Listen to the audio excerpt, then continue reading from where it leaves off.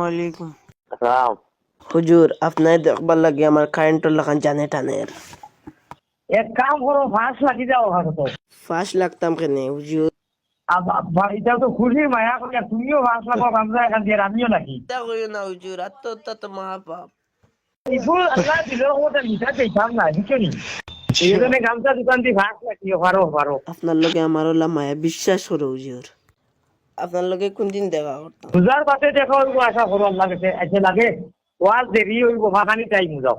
একটা ধারণা দিনছেন আমরা ইনো আনতে আপনার কত টাকা লাগবো?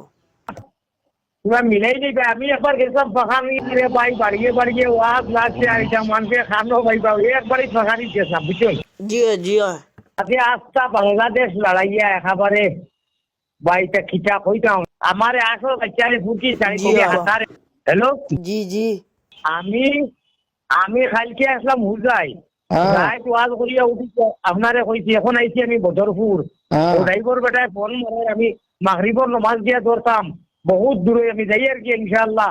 ও রোজার আগে তো সম্ভব নাই, রোজার বাদে যাইমু, একটা খায়া খরচ লাগি রইতো না, বুঝছো নি? জিও জি।